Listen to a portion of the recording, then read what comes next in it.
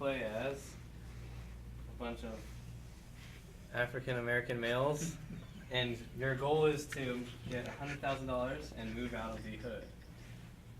Now everybody spawns in with $20,000, and there's two different ways to get out of the hood. You can kill other players and take their money, or you could go get a job and earn money legitimately. But the catch is, there's 4 players, and there's another player, the 5th player, that controls cops. Now, they can put a bounty on a player's head, say up to 10,000 is the maximum, which will encourage other players to kill. Let's say if the cop put a $10,000 bounty on this guy. It would encourage other players to kill this guy. But if you were to kill other players, and you successfully kill them, you get a criminal record right here. And the higher your criminal record is, the more difficult it will be to get a job. For instance, let's see what we get for a job card. All right, thanks, Todd. Oh, see. Garbage truck driver. Your work ethic must be 2 or higher, and your melee must be 6 or lower. Now, I forgot to mention this, but in the beginning, everyone has 8 points that they can distribute evenly among any of the skills here in the very beginning when you make your character. Now, in order to upgrade these, players can get item cards.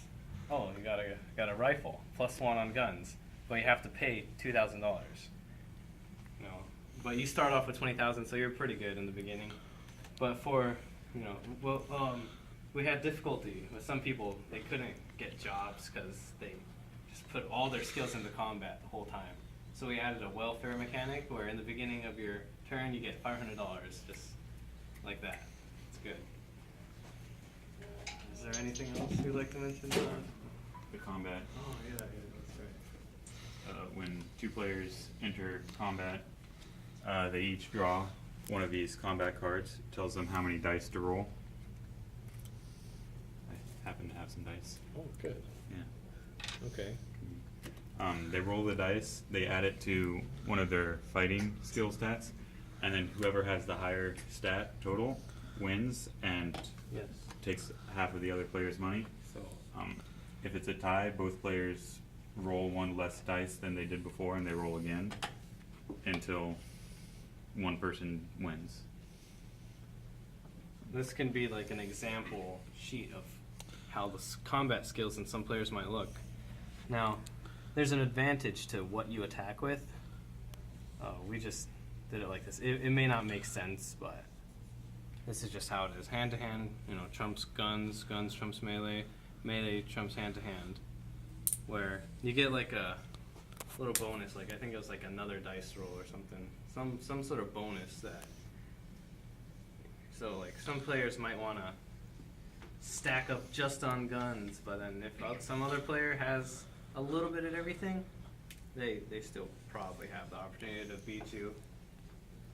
And it's more difficult to get jobs if you keep stacking on these. But the payout is very good because if you happen to beat another player, you take half their money as how much they have. Yes, it's good. It's dangerous and it's very inconsistent. So there's some risk-reward stuff going on here. And some of these jobs, this game tester, that's the worst job we have, $2,000. Well, cook. It's very simple. It's very simple to get this cook job. 1,500 at the beginning of your turn. This is one of the first jobs you could get. I think we had an attorney in there, 18,000 or something like that. It's quite difficult because you can't have a criminal record of 2 or higher, I remember. So you can't. Oh, doctor. Okay, that's the best one. See, it's pretty difficult. Your melee has to be 2 or lower. And there's nothing to do to lower your stats, so you just got to keep that in mind in the beginning. But then you realize in the middle of your game, I just can't get any job. I better just get good at fighting and kill everyone. That's just how you're going to play. And, the win condition for the cops. It's very important. So a cop can, they have 1 cop car each, or how many players are on the board. Now players can move up to 3 spaces. And they can move anywhere on the board. Here, they could cross over. They don't have to follow the roads. They could just go anywhere. They can hop the fences, whatever. And cops must They can move up to 6, but when they want to cross over, they have to, go through the road. So if they wanted to go through here, they can't.